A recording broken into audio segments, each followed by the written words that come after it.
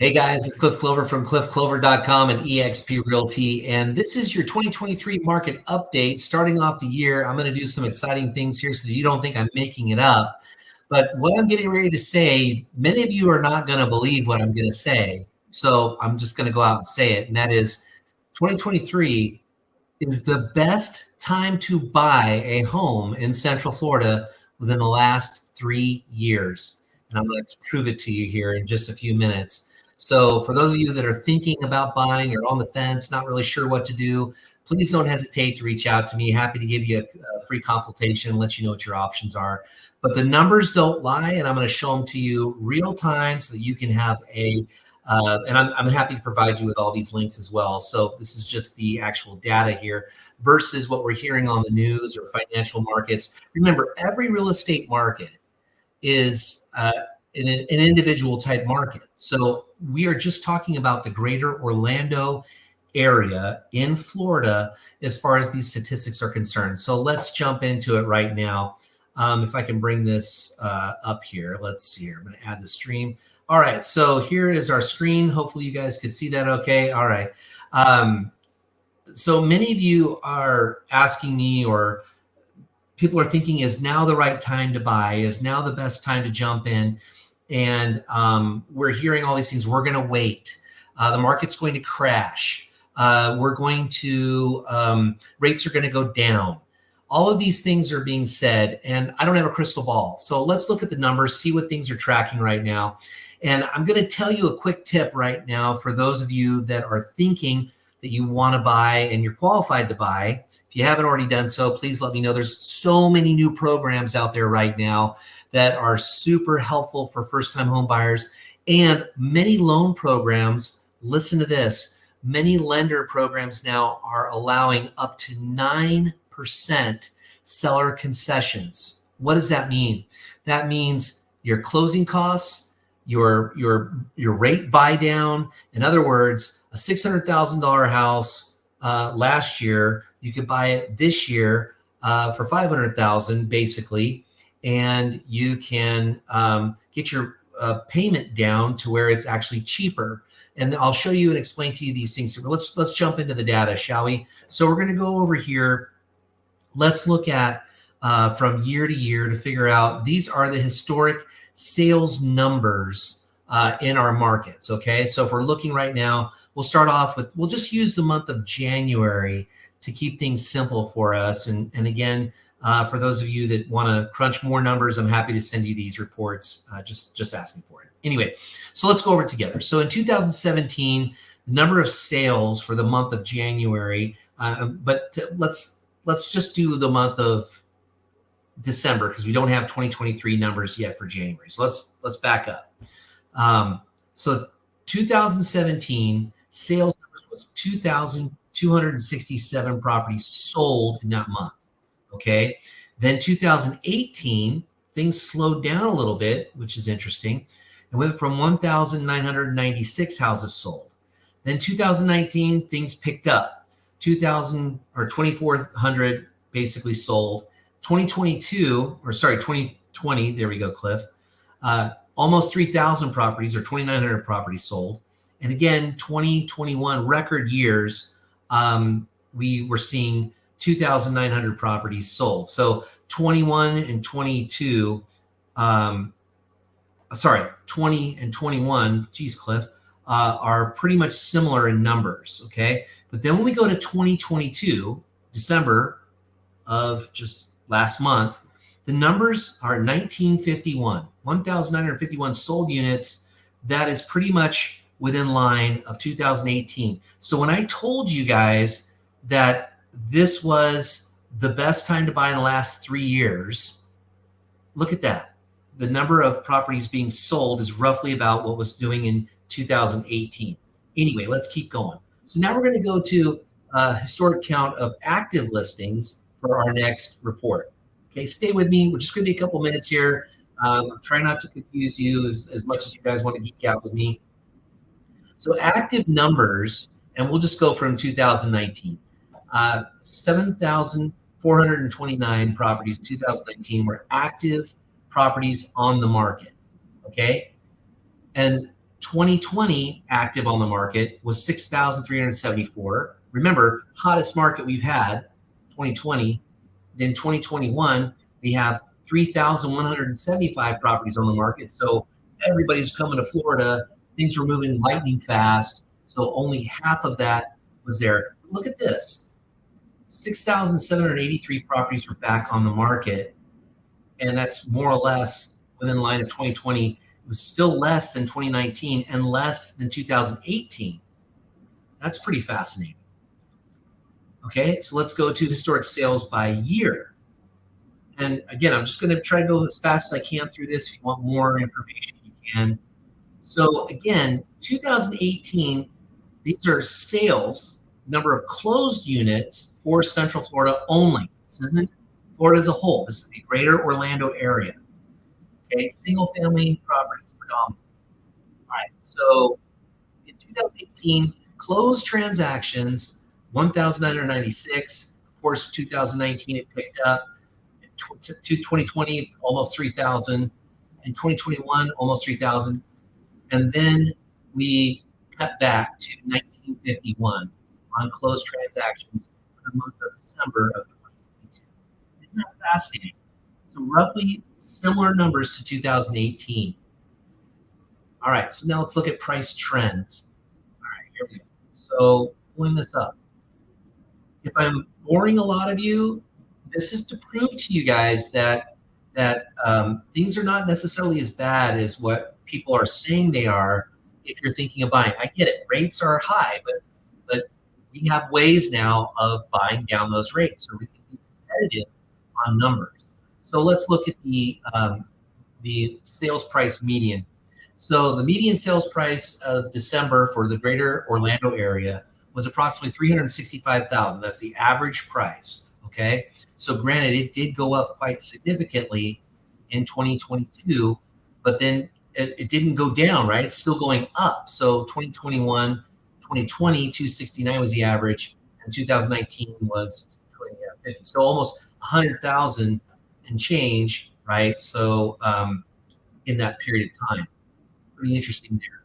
All right, and then historic price sales versus price range. Let's do that. So again, if we're seeing things over $1 million, we're seeing things that were ramped up, properties that were over $1 million were 33, 2022 was 50, and then 2023 there was 25. So we did go down slightly. Average sales price though, or a price point between 350,000 400 or 400 to 500 was our highest numbers, but it went down, right? So it cut from 2022, cut in half. So again, we have more or less normal numbers is what this is showing in the Central Florida area based on what we're seeing. So we're not seeing these massive, and there's other parts of the country that are taking serious hits. So let's keep looking at what's going on. And this reflects supply and demand. Okay, let's see, list price per square foot ratios. So sales price, so we're looking at price per square foot. Let's move on to original price versus sold price on that. Okay, and we'll get into that here just shortly. And what I'm trying to show you guys is that when I say it's the best time to buy within 3 years, if you're thinking you're tired of renting, I have rent to own programs. We have options for sellers that will let you assume their mortgages. There's all sorts of things that we can do now that we couldn't really do before. Last year really wasn't possible. Now it's a buyer's market, more or less. So let's look at this here. So this is listing price by square foot. Okay. So we're looking at the list price per square foot ratio.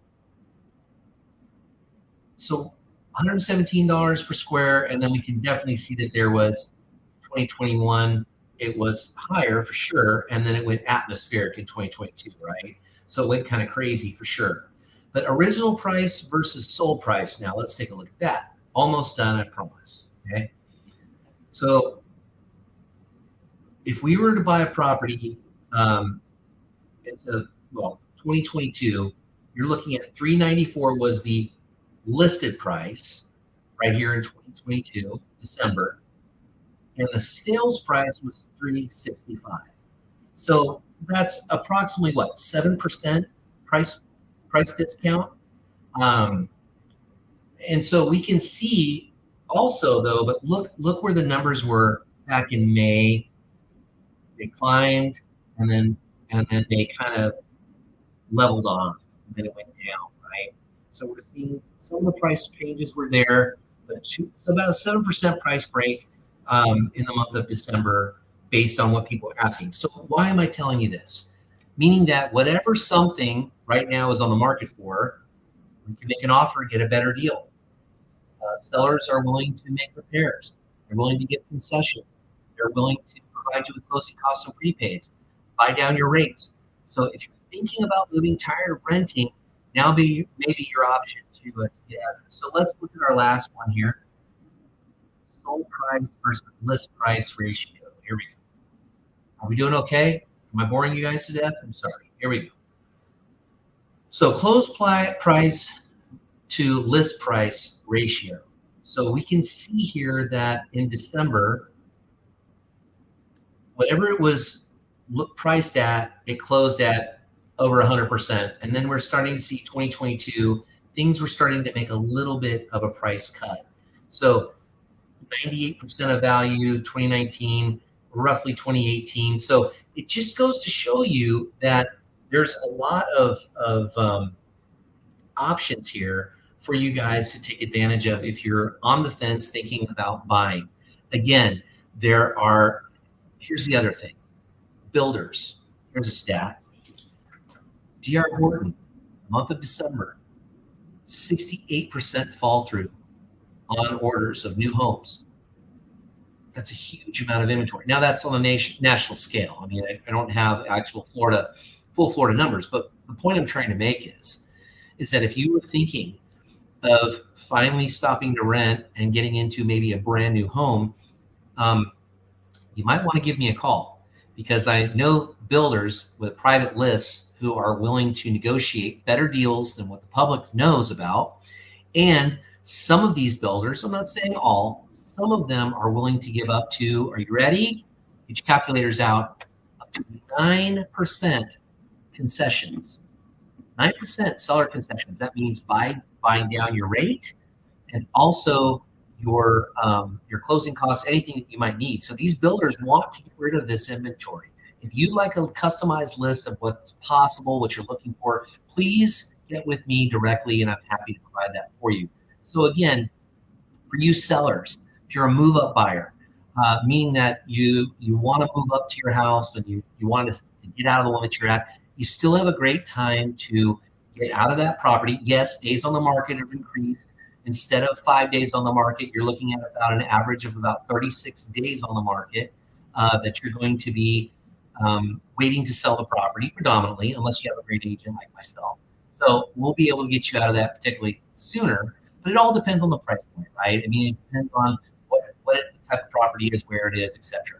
And for you investors, rates are still pretty high, but it all depends on if you're putting down more money. So this is your 2023 January market update as far as what the market is doing. So guys, I don't know where the market's going to go. I don't have a crystal ball. And you talk to some of these economists, Grant Cardone and Robert Kiyosaki and all these other guys. And some people it's Armageddon, and other people it's just going to be a flattening. I've been doing this for 22 years. I've seen the boom and bust cycles. We are not seeing the foreclosures at this time. We're not seeing the short sales at this time. Rent is still not going down. Rent is still in demand, and prices are still relatively high for Central Florida. Can anything change? Absolutely, anything can change. However, I'm going to leave you with this. The house that you really want in the area that you would love to be in will never be at the price that you want it to be. And waiting at that perfect deal. What I just showed you was that there still is a lot of demand, very little supply. We only have 2 months worth of inventory and not 6 months worth of inventory then that's a flat market at 6 months. At 2 months, we still have a very hot market. Does it mean that it's still a seller's market? No. Clearly, we've seen that there's a shift. It's a buyer's market. We're in it now. The shift has happened. We've already seen a lot of the properties have moved $50,000 to $100,000 in price differences right now, and you still can get a better deal. So if you'd like to talk more about it, my number is right down below. And if you'd like to learn more, you can log on to cliffclover.com, or if you're wherever you're seeing this, you can DM me and say, hey, I'd like to learn more about this. And for those of you thinking about buying short-term zone vacation homes in Central Florida, ask me about that too, because there's options that are available that most people don't know about. And I'm happy to share that with you. So I'm an open book, guys. I'm happy to help you out. If it's a good fit, great. We'll get you to the right property for a great deal and get you the best interest rate we can, or you simply don't close. And by the way, if it's not the easiest, most stress-free transaction you've ever had, I'm going to pay you $1,000 at closing. And for anybody that wants to know that you keep your money where your mouth is, right? If I'm ever late to any of our appointments, I give you a crisp $100 bill on the spot. So guys, it's all about doing what you say you're going to do. Thanks for watching. I know this was a little bit long, but hopefully it was good information that you can kind of, instead of all of this, for lack of a better word, fear conversation that you're hearing on the news, Central Florida is still really healthy and high in demand. Thanks for watching. I'm Clover, eXp Realty. Have a great day.